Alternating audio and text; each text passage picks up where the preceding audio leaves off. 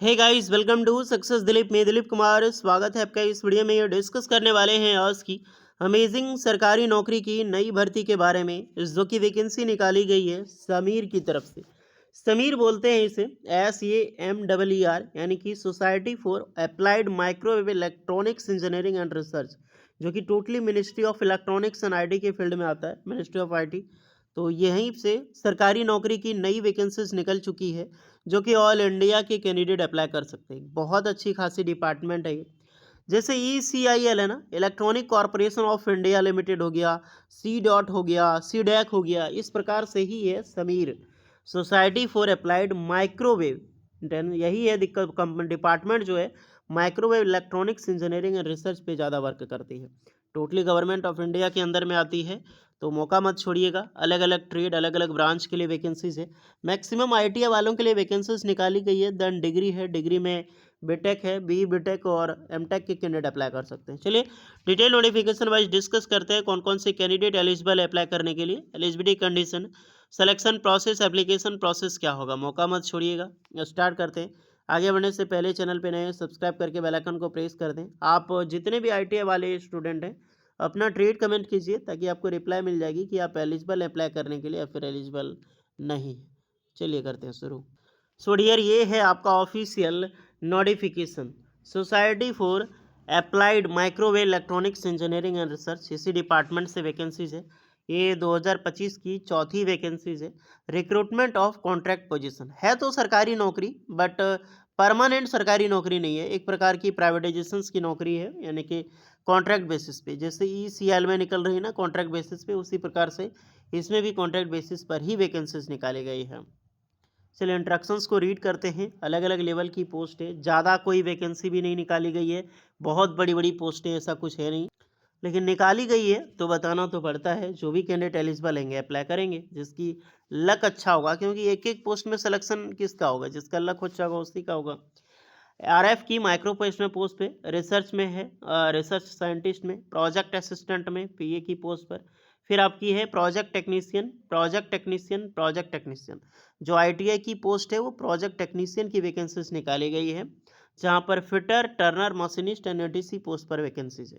इसका online form fill up करने की जो डेट है वो आपका लास्ट डेट है 11 अप्रैल 2025। इससे पहले फॉर्म आपको अप्लाई कर लेना है, फॉर्म आपका ऑनलाइन फिलअप होगा। चलिए क्वालिफिकेशंस को डिस्कस करते हैं। क्या आपकी ब्रांचेज होगी, क्वालिफिकेशंस क्या होगी। पहली पोस्ट आती है रिसर्च साइंटिस्ट की, जिसमें कि बैचलर डिग्री आपने कर रखी हो इंजीनियरिंग में लाइक BE BTech आपने किया है, या फिर आपने मास्टर डिग्री कर रखी हो इंजीनियरिंग में, तो बेशक आप अप्लाई कर सकते हैं। ब्रांच इलेक्ट्रॉनिक टेलीकम्युनिकेशंस इंजीनियरिंग चलेगा। कोई भी एक्सपीरियंस की रिक्वायर्ड नहीं है। अगर आपने कर रखी 1-2 साल का एक्सपीरियंस तो अच्छी बात है, आपको प्रेफरेंस मिलेगी। दूसरी पोस्ट है आपका डिसिप्लिन फिजिक्स में, RSPH में, रिसर्च साइंटिस्ट की है। मास्टर डिग्री चाहिए इसमें, MSc कर रखी हो फिजिक्स में, आप अप्लाई कर सकते हैं।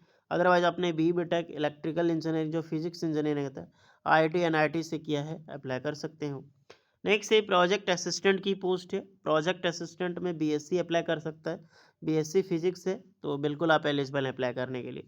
नेक्स्ट है प्रोजेक्ट टेक्नीशियन। प्रोजेक्ट टेक्नीशियन अब ITI की पोस्टें होगी, जितनी भी वैकेंसी। पहली रिक्रूटमेंट है यहाँ पर ITI फिटर की। ITI NCVT आपने कर रखी हो फिटर के साथ, आप बिल्कुल अप्लाई कर सकते हैं। जॉब डिस्क्रिप्शन देखना चाहते हो देख सकते हैं। नेक्स्ट है टर्नर की, तो ITI टर्नर के ट्रेड एलिजिबल होंगे यहाँ पर अप्लाई करने के लिए। फिर है आपका, ये भी मैकेनिकल टर्निंग में आपका रहने वाला है।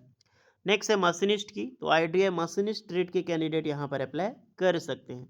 NCVT होनी चाहिए, कोई भी एक्सपीरियंस की ज़रूरत नहीं है, ना ही आपके पास अप्रेंटिसशिप की ज़रूरत है। सैलरी डिस्कस करें तो कंसोलिडेटेड पे होगी आपकी, जो कि एकदम फिक्स होने वाली है। रिसर्च साइंटिस्ट की जो बीटेक एलिजिबल है 32,000 पर मंथ होगी। प्रोजेक्ट असिस्टेंट के लिए 19,000 पर मंथ होगी। प्रोजेक्ट टेक्नीशियन ITI स्टूडेंट के लिए 17,100 रुपये पर मंथ होगी। प्रोजेक्ट टेक्नीशियन में यहाँ पर 21,000 पर मंथ होगी, जो 3 साल मोर एक्सपीरियंस, यानी जिनके पास एक्सपीरियंस 3 साल का ज़्यादा है। फ्रेशर का 17,100, अगर आप 3 साल से भी ज़्यादा है तो 21,100 रुपये आपको मिलने वाली है।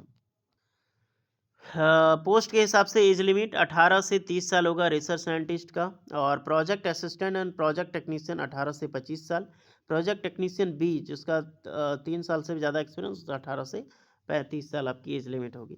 ड्यूरेशन ऑफ कॉन्ट्रैक्ट 2 साल का जॉब है आपके पास, या फिर जो भी प्रोजेक्ट जब तक चलेगा तब तक आपकी जॉब होगी, या तो 2 साल नहीं तो जब तक प्रोजेक्ट है।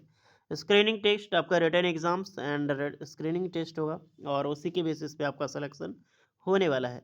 रिपोर्टिंग टाइम कब है, क्योंकि वॉक इन इंटरव्यूज़ के लिए सिलेक्शन होगा। फिजिकल वेन्यू ऑनलाइन मोड का कब होगा, सब कुछ बाद में आपको बता दिया जाएगा। लास्ट डेट ऑफ एप्लीकेशन 11 अप्रैल 2025 ये बताया गया है। डॉक्यूमेंट्स क्या क्या रिक्वायर्ड आपका होने वाला है इसकी डिटेल यहाँ पर दी गई है, आप इसको चेक कर सकते हैं। चाहे आईटीआई का सर्टिफिकेट हो, एनसीबीटी का सर्टिफिकेट हो, सब कुछ यहाँ पर लगेगा आपका। फॉर्म कैसे भरनी है इसकी डिटेल दी गई है, तो इसका लिंक आपको डायरेक्टली डिस्क्रिप्शन में मिल जाएगी, जाकर आप अप्लाई कर सकते हैं। एग्ज़ाम में इंटरव्यू में जो भी जाओगे उसका कोई भी टीए वगैरह के डीए के कोई भी खर्चा आपको डिपार्टमेंट नहीं देने वाली है। ओके, सारी चीज़ें बता चुके हैं। ऑनलाइन फॉर्म आपको भरनी है, इंडियाज़ के किसी भी कैंडिडेट यहाँ पर फॉर्म अप्लाई कर सकता है।